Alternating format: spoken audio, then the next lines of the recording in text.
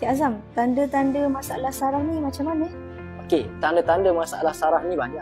Okey, saya nak share lebih ke dalam 5 ke 6 tanda macam itulah tanda-tanda masalah saraf. Kita boleh tengok dekat diri kita yang pertama, tanda masalah saraf ni kita dah mula rasa kebas. Yang pertama. Yang kedua, kita dah mula rasa menyucut-nyucut.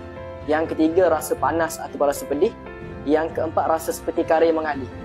Yang kelima, rasa kulit kita ni seperti disiap-siap. Yang keenam, rasa bersumuk-sumuk.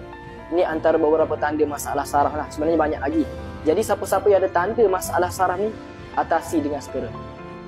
Ikhtiar dengan segera. Kerana tanda-tanda ni bila berada lama dekat tubuh badan kita, boleh menyebabkan saraf kita semakin hari semakin lemah.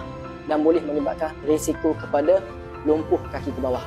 Jadi siapa-siapa yang ada masalah saraf, boleh tak nak pakai minyak terapi aura pati herba ginseng ni? Boleh nak pakai. Kerana apa? Kerana herba ni dia bantu untuk bagi rangsangan kebahagiaan saraf kita yang lemah, supaya saraf kita yang lemah tadi boleh dapat aktif, boleh dapat buat kerja balik.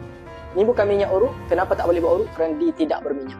Sapu, letak 3-4 titik di tempat kita sakit, sapu ratakan saja. Herba ni akan terus meresap. Okey, jadi siapa nak dapatkan harga kongsi, tengok dekat bit kuning bawah. Saya tengah bagi harga kongsi untuk 20 orang sahaja.